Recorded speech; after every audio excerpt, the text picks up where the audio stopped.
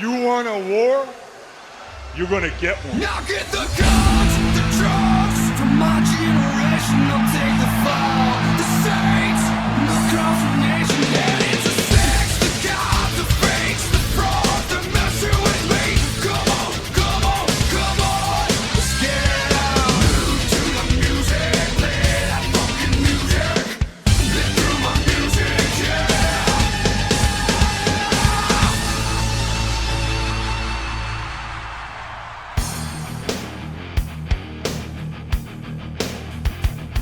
Welcome back to Reliving the War, and welcome back to the 29th of June 1998. We've got WWF Raw's War live from Cleveland, Ohio tonight, while WCW Nitro's live from Tampa, Florida. The WWF's King of the Ring pay-per-view was quite the show, with the Hell in a Cell and WWF Championship matches still being very fresh in people's minds. So it's going to be fun seeing how the company capitalizes on all the attention they received for that pay-per-view. Let's look at Nitro first of all though and see what's happening on TNT.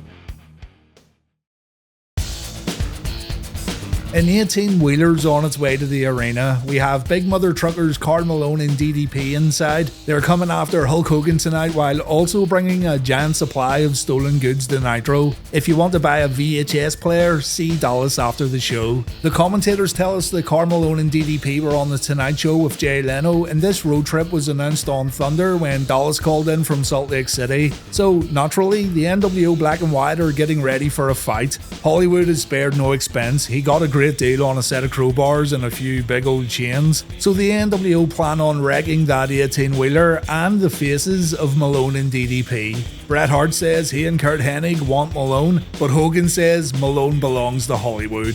Bang, DDP! We got something for you! Bang! Kevin Greene comes out to talk about last week's attack. He says the NWO are idiots and Kevin's good friend Goldberg came out to beat those idiots up. Greene says Goldberg's the best wrestler in the world, he's undefeated, and Kevin confirms that he and Goldberg are going to team up at Bash at the Beach to take on Giant and Kurt Hennig. So that match is definitely going to happen. Kanyon took on Horace in our first match, and Mike Tenay was very impressed with Kanyon's fisherman neckbreaker right here at the opening bell. Lodi provided a distraction, and this gave Horace a chance to throw Kanyon into a stop sign on the outside. Kanyon also took a superplex in the ring. Kanyon fired back with a fireman's carry flapjack followed by his updated flatliner. Kanyon wins the Nitro opener. The Flock launched an attack afterwards. Kanyon fought for as long as he could, but the numbers were too much. Raven tells Kanyon that he walks alone. Kanyon stands all alone. Being all alone was once an admirable trait, but that's no longer the case. Raven hits his even flow DDT, quote the Raven nevermore,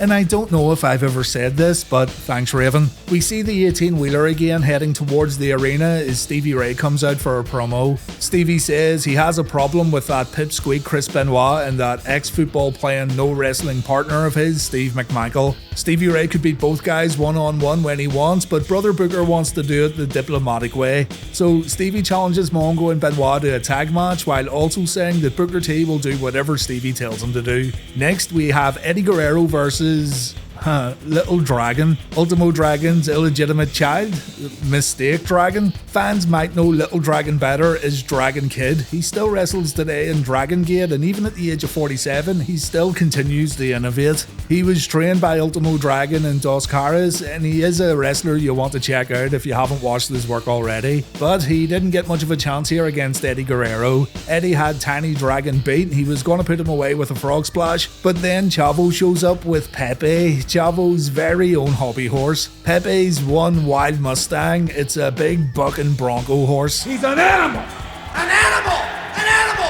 Chavo wants Eddie to pet his horse, but Eddie would rather destroy it. The distraction leads to Little Dragon winning the match with a schoolboy, and Eddie gets revenge by beating up Little Dragon with Pepe's torso. Chavo ends up getting Pepe back. He wants to know what Eddie's problem is, and it all ends with Eddie chasing Chavo back up the ramp while Chavo rides Pepe as fast as he can. I absolutely love this storyline. Backstage, Chris Jericho tells Ultimo Dragon to beat Dean Malenko tonight. If Dragon can complete his mission, he'll get a shot at the Cruiserweight Championship. Sounds like a plan. Next we had the Giant versus Sumo Fuji and Judo Suwa in a 2-on-1 match. These two are also students of Ultimo Dragon, so Big Daddy Ultimo was getting his boys some work tonight on Nitro. The Giant comes down with Kurt Hennig and Rick Rude, and the Giant annihilates Ultimo Dragon's boys. It's complete destruction. The lads have no hope at all, and it ends with a double choke slam. Kurt Hennig says Kevin Greene's a football player that wishes he was a wrestler. If Kevin wants to step into Kurt Hennig's sport, then he should step into the ring right now. Greene walks out all alone. He waits on the entranceway as Kurt continues to talk trash. Greene then hits the ring as Goldberg arrives to provide a little backup, but the NWO guys leave before Goldberg can get his hands on them. The crowd reaction to Goldberg, by the way, was absolutely phenomenal. Hollywood Hogan then comes to the ring and he says he used to hang around Port Tampa beating up truck drivers. Okay. So when Karl Malone drives up later, Hollywood promises to make him famous. Hogan's going to use his pythons to break a few necks tonight, and Hogan tells us all what that's going to sound like. Snap! The NWO's in the back waiting for the, quote, stinky broken down truck. Don't call AAA, the NWO's gonna service that 18-wheeler. Malone embarrassed himself in the finals, he embarrassed himself on Jay Leno. If you can't beat Rodman on the basketball court, then you have no chance of beating Hollywood in the ring. The big question is though, why does Hulk Hogan have splooge all over his body? Vince McMahon kicks off Raw with a WWF title presentation. On Nitro, Sting and Flexi Lexi take on Jim Neidhart and the British Bulldog. Oh yeah. Vince has put on his best shoes for this one. The title belt's in a display case in the middle of the ring, and Vince is happy that we've got a new WWF Champion. Vince says this is a new era in WWF. It's all about respect and dignity. It's a giant breath of fresh air that's cleansed the company. The new champion doesn't drink beer, he doesn't say naughty words. He's a role model, a champion for the new millennium. I give you Kane! Role model Kane and Studley Paul walk down to the ring, and Paul Bearer says that no one will ever understand how much this means to his son and himself. For 20 years, Paul watched his son dream. He would watch The Undertaker wrestle, and he said he wanted to be just like his big brother, but Paul would tell Kane that he could do better than The Undertaker. So tonight, for the first time, The Undertaker stands in the shadow of his little brother. Vince takes the title and he says he's honoured to place the championship around Kane's waist, but the Glass Shatters and Steve Austin walks to the ring. Austin says the stipulation of last night's title match was that the winner would be the man who drew first blood on his opponent, and that big son of a bitch Kane did not bust Stone Cold open, it was The Undertaker. Austin makes fun of McMahon's shoes before demanding a rematch tonight, and Mr. McMahon hesitates, of course. He ends up saying it's okay with him if it's okay with Paul Bearer, completely passing the buck on to Studley Paul. Paul's afraid to give Austin the rematch, so he says it's okay with him if it's okay with the WWF Champion. Austin tells Kane to have some guts. He's still living in his brother's shadow, seeing as The Undertaker handed him the championship last night, and Kane has to be wondering if he's really better than both Austin and his big brother. So for the last time, Austin asks for the rematch, and Kane nods his head. We have got ourselves a championship rematch tonight on Raw, and Vince McMahon's not happy about it. On Nitro, we have Luger and Sting teaming up to take on Davey Boy Smith and Jim Neidhart, and oh boy. It's hard to ignore at this point, the Bulldog has seen better days. Jim also doesn't look so good when the two get in the ring. It's actually really sad to see at this point. Neidhart and Luger go for a body slam counter spot, and it's not great, is it? The anvil gets knocked to the outside, he takes his sweet time before tagging in Davey, and Lex tags in Sting, tomato face ponytailed Sting. Davey is so slow. He takes a shoulder block and a hip toss before heading to the outside, where the match completely stops once again. And even when Davey gets back in the ring, there's more stalling and very little action. Don't get me wrong either though, the crowd absolutely love cheering for the Stinger. Davey says he wants Luger in the ring. We get more stalling when Luger poses and Davey decides he doesn't want to fight anymore. Jim Neidhart comes in to flex his beard, according to Larry Sabisco. Sting comes in to flex his face paint. Jim shoves Sting away and Sting replies with a clothesline. We get some basic heel tag team wrestling when Neidhart distracts the referee so Bulldog can choke Luger out. A double clothesline leads to Anvil and Luger struggling to get to their corner, but we end up with Sting and Davey Boy in the ring. Davey takes a Stinger splash, he tries his running power slam, but Sting counters with a Scorpion death drop. This was awful, absolutely awful, and also it was pretty sad to see. The days of Davey Boy chinlocks are over.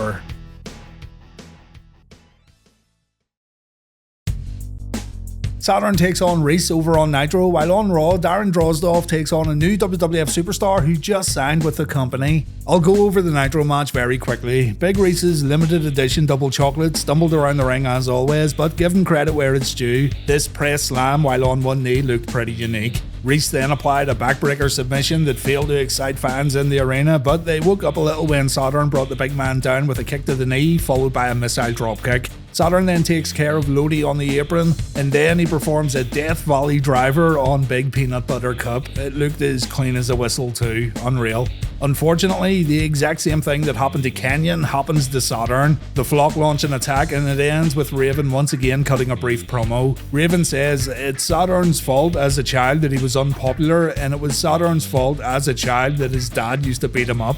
Bit harsh, but okay. Raven says friendship's a two-way street. All Raven would do is give to Saturn, and all Saturn would do was take. So take this!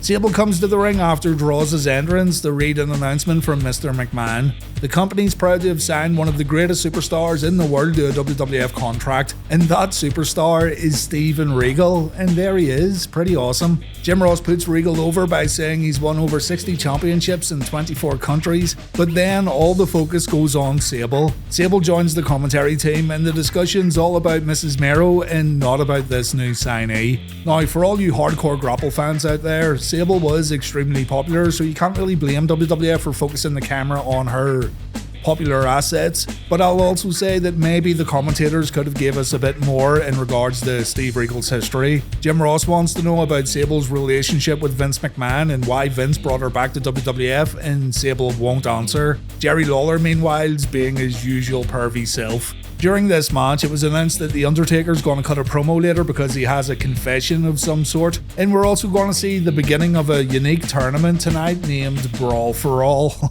Can't wait. Regal gets vicious in the corner, Drozd takes a few knees to the face, Regal applies a chin lock as Sable provides some brilliant insight into this match, and the crowd simply aren't getting into this bout at all. They're pretty quiet for this one. Regal applies chinlock number 2, so this new signee's gonna feel right at home in WWF, I'd imagine. Drozd fights back and he hits Regal with a suplex. He then tries an aerial attack, but Regal stops him and he performs a double underhook suplex from the top rope. Regal then applies the Regal stretch while headbutting his opponent, and Regal wins his WWF debut match. Regal wrote in his book and he said in interviews that he was not in the right state of mind during this first WWF stretch. He had a lot of personal demons stemming from drug use. He was also out of shape in the eyes of the WWF higher-ups, so he would get one more match the following night, a shotgun dark match against Tiger Ali Singh, and then he was sent to Dory Funk's camp to get in shape.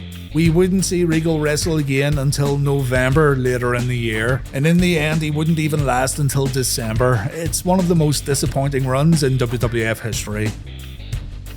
Ken Shamrock cuts a promo on Raw while El Vampiro takes on Brad Armstrong. Yes, it's El Vampiro, not Vampiro. Before the Nitro match, we see the 18-wheeler getting closer to the arena and the boys are lining up to buy their stolen electronics and bootleg t-shirts. So, Old Brothers is back on Nitro to do the job to accompany newcomer. Vampiro seems to be a really polarizing wrestler, but we're going to end up seeing his whole WCW run more or less before the end of the Reliving the War series. Vampiro lands on his feet following a monkey flip, but he ends up taking a clothesline. He fires back with a reverse enziguri and a spinning wheel kick, and the commentators aren't sure if they should call this guy Vampiro or El Vampiro. Armstrong gets in a few strikes, but the match comes to an abrupt end when Vampiro performs a front spin kick. He then puts Brad away with his nail-in-the-coffin finisher, or the Michinoku driver, and it's another successful debut this week for another new superstar.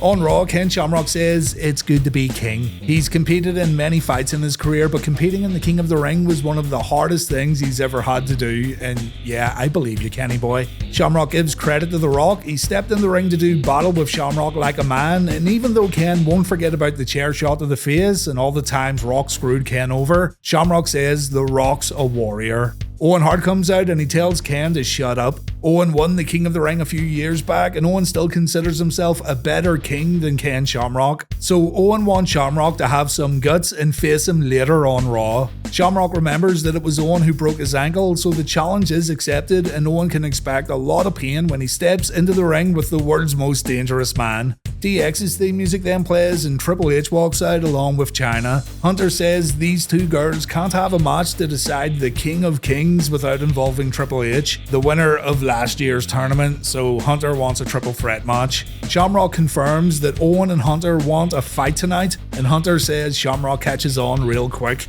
So Kenny Boy says if these two have the time, then the ring's the place. The match is going to happen later tonight in the War Zone. You better have some tissues at the ready. Here comes the Disco Inferno and das Wunderkind. When he steps up on the floor, the girls are screaming, we are alive. Oh, big progress. Ready? 1, 2, 3, yeah. Disco fever, disco fever, disco fever, yeah, yeah, yeah. Big progress. My god, it's happening, folks. This is not a drill. Alex Wright and Disco Inferno versus Tokyo Magnum and Shima Nobunaga. On Raw, Mark Mero versus Steve Blackman in a Brawl for All contest. It's absolutely hilarious that WCW Nitro countered the quote tough man contest on Raw with Disco and Alex Wright teaming up. It's so good. This is Shima, as in Dragon Gate Shima, who also appeared in AEW a year or two ago. He's another Ultimo Dragon trainee. You know, we should call this episode WCW Nitro Special Dragon Edition. And yeah, we all know Tokyo Magnum from last week, but my god, this week he really makes an impact. He dances alongside Alex and Disco, almost showing both guys up with his sick moves. He rips off his trousers, he thrusts his wee bratwurst in front of Disco, and Alex isn't having any of that shit, so Tokyo gets kicked and thrown out of the ring. Shima soon follows, and we get more dancing from the team that would become known as the Dancing Fools. Alex Wright shows this Shima jobber how to wrestle. He uses his left leg for a little assistance during a takeover. Shima counters a hammerlock with a big snap mare, and Alex then takes a drop kick. Alex fires back with a ridiculous European uppercut, and then Disco comes in for some double team action. Tokyo Magnum comes in and he gets the better of Disco, staying one step ahead and pulling off a facebuster, but Tokyo can't take on both guys at once, and we see more excellent double team moves from the greatest tag team on the planet. Alex misses his vaulting splash, so Shima and Disco come back in, and again Shima is pretty impressive. He pulls off a springboard forward senton that stuns the Inferno long enough for Magnum to tag back in and pull off a top rope Frankensteiner, but Tokyo dances after the move, and this lets Alex Wright perform a missile dropkick, and that's where this match ends. Disco and Shima come back in, Disco performs a face breaker, Alex then tags in and he performs a neck breaker, and the team of Wright and Disco win via pinfall. After the match, Alex isn't too happy that Disco's music's playing in the arena, so the production guys switch it over to Alex's theme. The two argue a bit, the music changes back and forth, but this is just a slight disagreement from the greatest alliance in the history of all mankind. Keep these two together, WCW, you've now got a license to print money. After the match, Mike Tenay attends another mid-card barbecue, and I'll be serious here, my heart went out to this little guy. He was so nervous and he was getting himself worked up before answering Mike's question, but the kid done well. He thinks DDP and Karl Malone are going to win a Bash at the Beach due to their strong work ethic. Good man. Mike Tenay's quickly becoming King Barbecue though, isn't he? JR better watch out.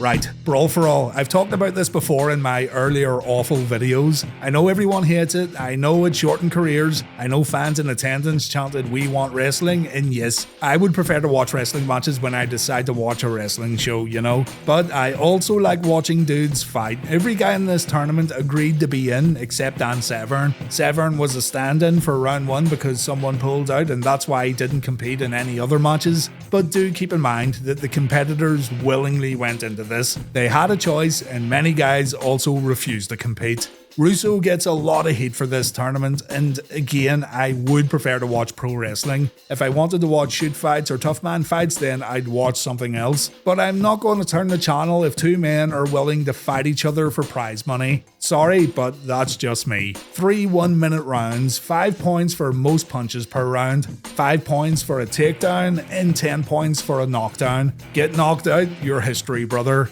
I'm going to keep my own Brawl for All scorecard for every round, and I'll show you how I scored it versus the judges' scores, because if I remember correctly, some of the official scoring was way off the mark, in my opinion. We're going to see how much of an absolute unit Steve Blackman is here. He takes Mero down straight away, so that's 5 points already. Golden Gloves boxing champion Mark Mero swings and he hits a few flies before getting taken down again. He then lands 2 body shots, but again he's taken down by Big Stevie Cool. Mero then gets punched in the face as the crowd chant boring. Blackman performs another takedown before the end of round 1, and it looks like Blackman has Mero's number big time here. Marvelous Mark is getting totally muffugged. So I scored that one as 4 takedowns for Blackman, so 20 points for Steve, and most punches landed to Mero, so that's 5 points for Marvelous Mark. The WWF think Blackman landed the most punches, but I don't think he did. Round 2 begins, the two get in a punch before Blackman performs a double leg takedown. Mark gets a little intimidated next as Blackman cocks his fist back, and there's another takedown as JR brings up the fact that a skilled wrestler will always beat a skilled boxer.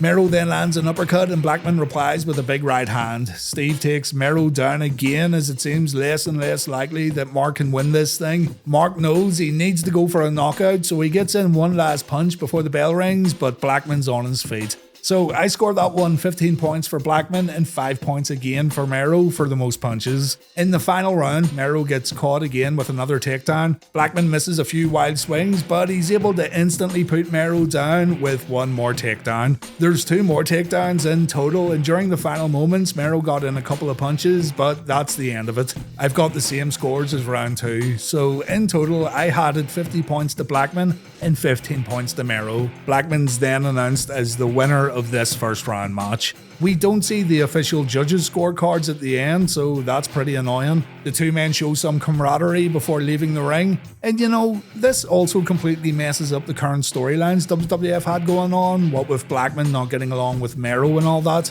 But there you go, the first ever Brawl for All match is over, and fans absolutely hated it. Backstage, Double K wants to know why Kane agreed to this title match tonight. Kane says he gave Austin the rematch because the Big Red Machine's a better champion than The Undertaker ever was. Kevin Kelly once again had to leave the dressing room to change his underwear. Mick Foley also makes an appearance here during this interview, but this is the only time we're going to see him. He really deserved the night off after what he went through at King of the Ring.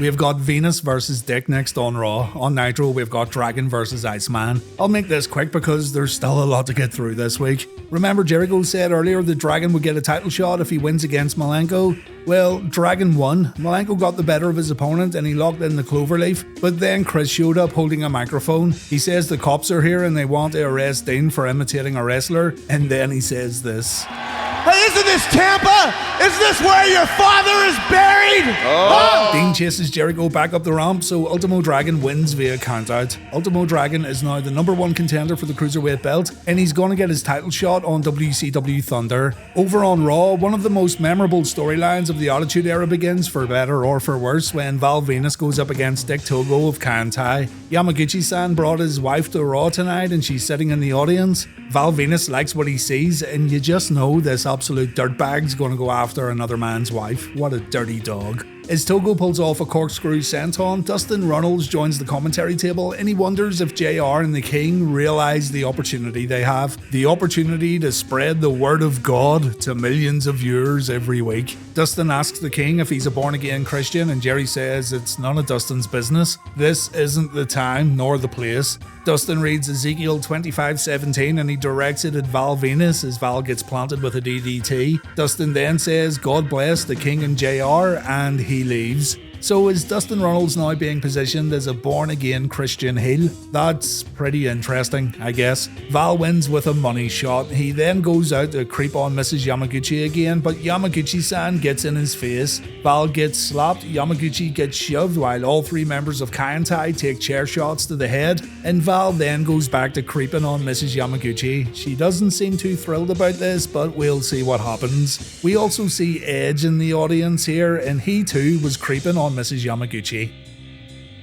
Triple H vs Owen Hart vs Ken Shamrock takes place next on Raw. On Nitro, Harlem Heat battle Chris Benoit and Steve McMichael. On Thunder this past week, Benoit was seen talking to Arn Anderson about reuniting the Four Horsemen, but Arn had no interest, it seemed. We didn't get to hear the full conversation because the sneaky cameraman wasn't so sneaky and he got caught out by the enforcer. So it seems right now that AA has no interest in conducting any further Horseman business for as long as he lives, and that's a shame. Stevie Ray demanded that Brother Booker tagged him in right at the opening bell, and Stevie seemed more focused on shouting at his partner than actually wrestling the match. He tags out and Booker comes in to do a bit of work with Mongo, and our main man Steve McMichael bumps like a champ after getting hit with a big boot in the corner. Stevie won't let McMichael tag out. The former Horseman does get a chance to deliver a big boot of his own, but Stevie catches him and McMichael gets slammed to the mat. Again, Stevie Ray is more concerned about telling Booker T that that's how it's supposed to be done. Booker comes in and McMichael isn't too sure which way to fall after taking the running forearm.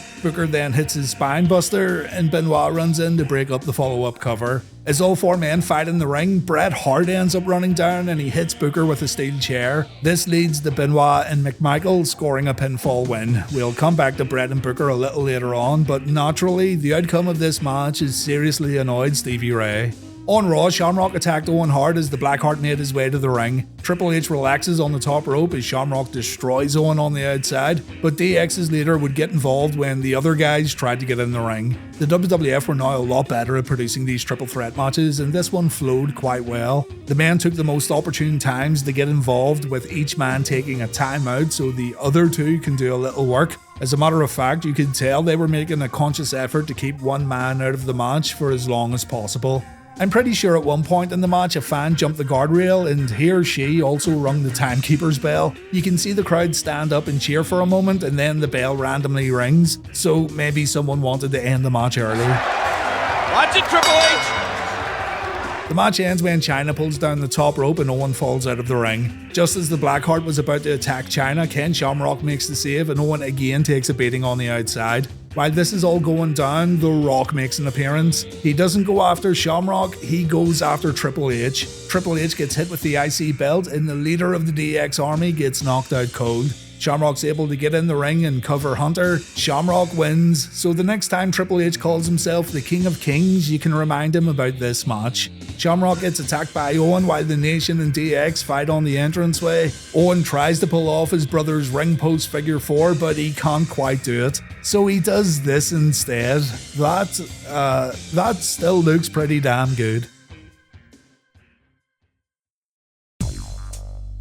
We have promos next. The Undertaker speaks on Raw while Scott Steiner's the first guest on NWO later. Michael Cole wants to know why Undertaker interfered in the WWF Championship match last night because some fans feel they're owed an explanation. Taker says he owes nothing to no one, but he will talk about why he showed up last night in the main event. Taker says there's no love lost between he and his little brother. There may come a time when the Undertaker and Kane destroy each other, and that's fine, but Taker was not prepared to sit back and watch his little brother set himself on fire because he wants to live up to the legend of the Undertaker. So there you go, Undertaker was saving Kane. He did what he had to do. Vince McMahon appears and he says no, the reason the Undertaker helped his little brother was because Taker would have an easier time beating Kane for the belt rather than beating Stone Cold Steve Austin. Vince thinks that the Undertaker thinks he can't beat Stone Cold. Vince says the Undertaker's the most vile and evil individual that the devil ever placed on earth, and Undertaker gets warned. Hell hath no fury than what the Phenom will find if he interferes in the WWF title match tonight. On Nitro, Eric Bischoff debuts his new talk show, NWO Later. He's even got his own set and his own band. Brilliant. Scott Steiner's the first ever guest. He takes his seat while pointing to a vein on his bicep, saying that vein right there is as big as some people's arms. Big Papa Pump's in top form tonight. The Big Papa Pump's in town, and he's ready to pound.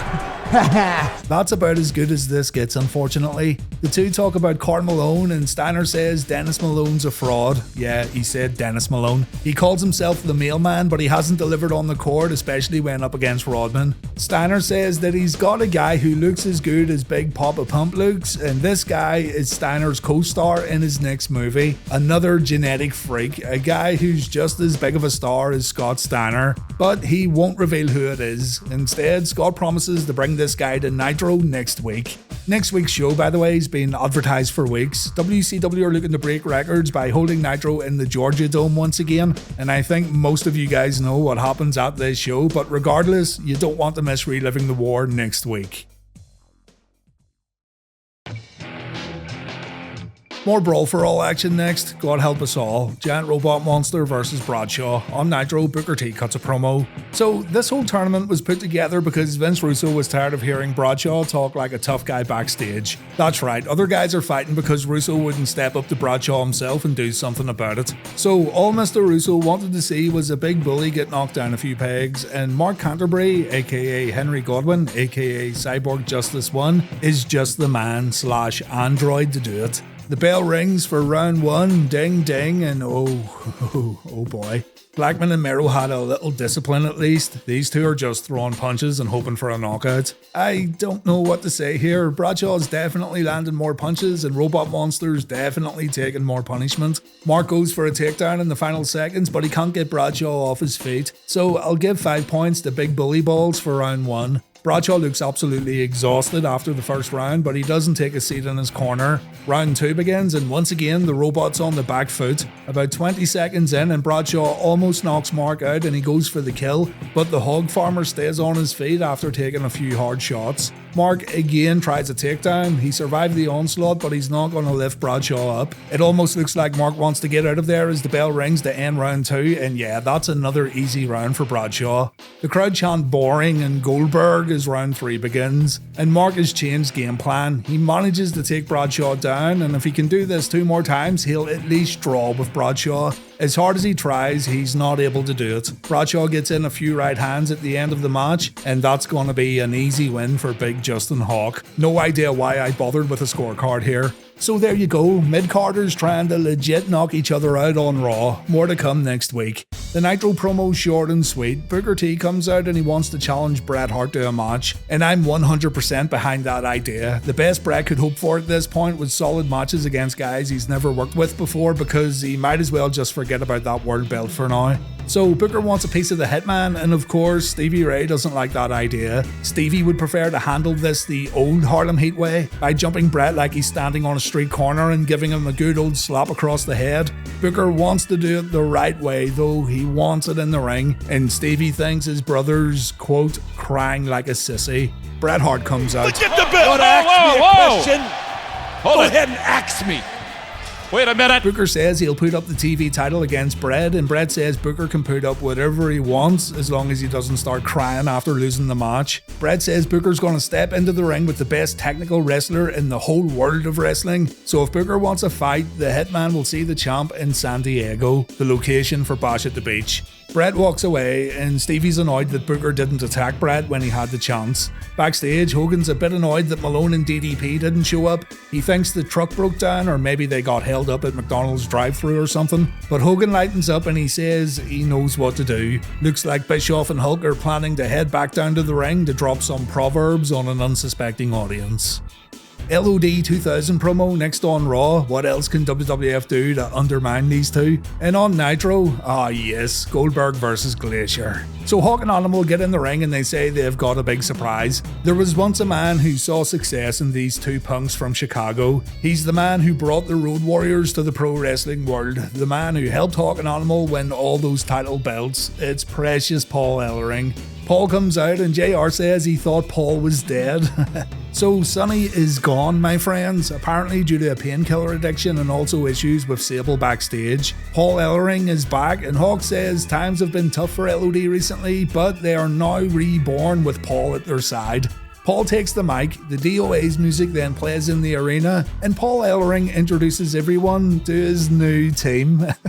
It's the Biker Michael Likers. Oh my god. Who did Hawk and Animal piss off to deserve all this? Seriously, what's going on here? Because there simply had to be a story behind all this. The LOD went from dangerous, brutal ass kickers to weekly suckers, and it just gets worse and worse every week. And do you know the best part? Do you know the best part? It somehow gets even worse. It gets so low and sad that people would complain about the upcoming storyline. Speaking of low and sad, here comes Glacier ready to get his frosty ball smashed into tiny ice cubes by Billy Boy Goldberg. In all seriousness, and I know this is rich coming from me at this point, but in all seriousness, Glacier gets a bad knee injury here and he ends up on the shelf until November. Keep it together. It's the rolling leg lock that messes Glacier up, and give him credit, he finished the match and he didn't tell anyone he was hurt until he got backstage. He lays in a few kicks in the corner, but Goldberg scoops him up for a big old slam. Glacier then gets speared into another dimension. Goldberg performs the jackhammer, and Bobby Heenan says the undefeated streak is now at 105. Goldberg defeated Finlay in a Thunder Dark match, but WCW didn't count this for some reason, so they've undersold themselves a little. By our RTW account, after including the Finlay match and this Glacier match, Goldberg is really at 106 wins and 0.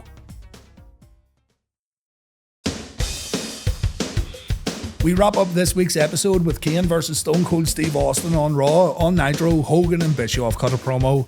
Hulk Hogan's all annoyed that DDP and Malone didn't arrive on time. He spent all that money on crowbars and chains, and now he's going to have to go through the hassle of getting a refund. Hogan says he and Rodzilla are going to take it out on their opponents at Bash at the Beach. But what Hogan didn't know was that Malone and DDP just pulled up to the arena. The NWO are waiting by with their chains and crowbars, but all it takes is for the 18-wheeler to get a little close and the boys run away. All that talk and they didn't do a thing. Hogan continues to rip into DDP and Malone in the ring, unaware that the babyfaces are heading into the arena holding steel chairs. They get inside the ropes, they bang their chairs together to get Hogan's attention. Hogan sacrifices Eazy-E and Eric gets thrown out of the ring, and the crowd lose their minds as Karl Malone squares up to Hulk Hogan. They do build this up really well, and I know celebrities in wrestling generally get scoffed at, but the reaction here is undeniable. Malone and Hogan lock up, and the mailman delivers a body slam. Malone then hits Hogan with 2 clotheslines, and Hollywood ends up falling out of the ring.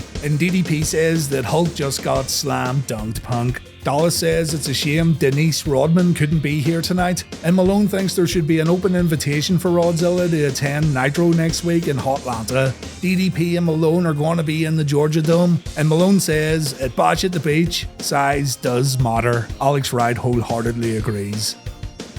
Here we go then. WWF Champion Kane defends against Stone Cold Steve Austin. Austin's laser focused as the two get in the ring. They throw punches with Stone Cold getting the better of Kane, and the crowd pops when Austin brings it to the corner, but Kane counters and the WWF Champ takes control for just a moment. Stone Cold fires back with a clothesline and he drops a few elbows on the Big Red Machine. He then goes for a stunner, but Kane backs off before retreating to the outside. Austin throws his opponent into the ring steps twice. There's a few guardrail bumps too, as JR reminds us that Stone Cold can't win the WWF title via countout. When the competitors get back in the ring, Kane chokes the rattlesnake out in the corner. Again though, the champion can't maintain the advantage at all. Stone Cold pulls off the Lou Thesz press, and it's almost like Kane, the WWF champion, is the underdog in this match. Things change though after Austin tries to shatter Kane's ankle. The Big Red Machine forces Austin out of the ring, and from here the Devil's favourite demon's gonna do what he does best, and that's dominate his opponent. Austin takes the bumps at the ring steps and the guardrail this time. Kane stands on the challenger's neck as the crowd try to get Stone Cold back into the match. Back in the ring, Austin takes a chest first bump in the corner and he's forced out of the ring again after getting his face raked. And on the outside, Paul Bearer hits Stone Cold with his smelly shoe. Kane saves Daddy Paul from a Stone Cold beatdown, and the match gets back inside the ring for a big red chin lock from the WWF Champion.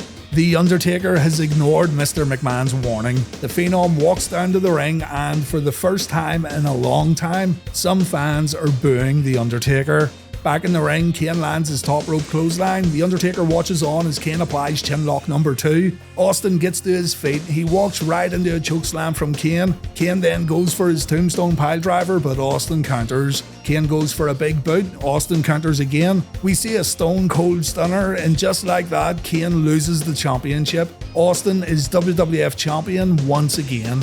The Undertaker gets in the ring, but he ends up getting distracted by Paul Bearer. This gives Austin the opportunity to hit another Stone Cold Stunner, so Austin's just made a statement. He doesn't care at all about the Undertaker, and he's not afraid to go after the dead man after what happened to King of the Ring. The really interesting part happens though when Kane and Undertaker set up at the exact same time, and they look at each other without fighting. It's almost like they're standing united in the ring as Stone Cold flips them off on the entranceway. Austin may be WWF Champion again, but he might have also brought the Brothers of Destruction together for the very first time.